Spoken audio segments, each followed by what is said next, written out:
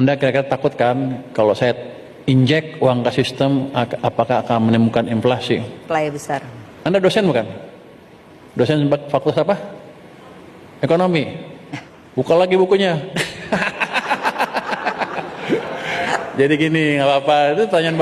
Itu pertanyaan bagus sekali. Orang emang itu perdebatan di ilmu perekonomian. Nyetak uang atau menciptakan pertumbuhan ekonomi yang cepat, menimbulkan inflasi apa enggak? Itu debatnya namanya neutrality of money. Apakah uang netral apa tidak?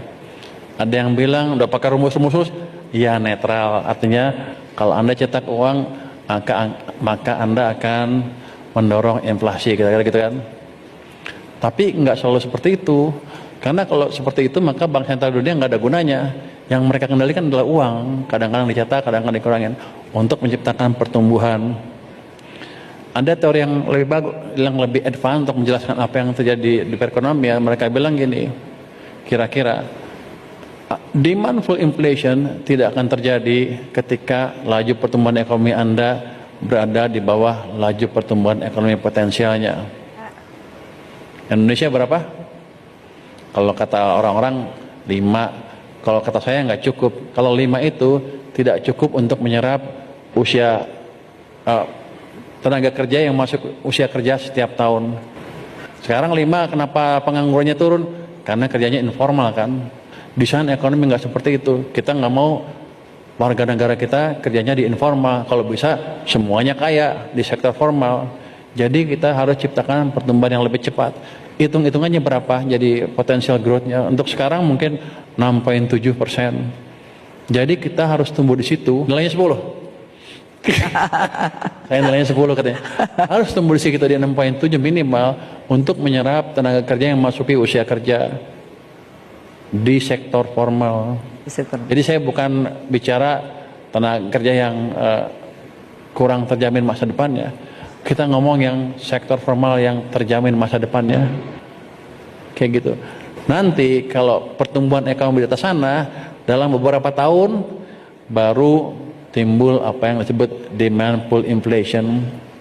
Kalau sekarang terlalu dini, karena selalu setelah krisis kita nggak pernah tumbuh 6,5%. Jadi banyak tenaga kerja kita yang masih nganggur atau kerja pun di sektor informal, bahkan sarjana loh, banyak yang seperti itu.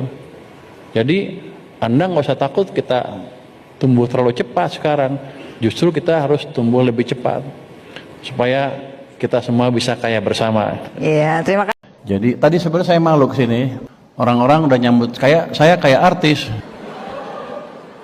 padahal baru kerja 1 bulan, hasilnya juga belum ada. Nanti jangan sampai teman-teman kecewa ya. Tapi udah ada hasilnya deh. Tuh ya, IHSG udah naik kencang. Yang tadinya mau demo, sekarang sudah berkurang kan. Mereka sekarang sibuk, nggak demo dia. Baca TikTok, lihat komentar tentang saya. Kata saya juga sama, lihat TikTok komentar tentang saya apa ya. Karena dari situ kadang-kadang ada masukan-masukan yang menarik. Dan saya akan biasanya tindak lanjuti masukan-masukan dari teman-teman even di TikTok ya. Saya punya waktu berapa menit? Bebas ya. Itu jam 30.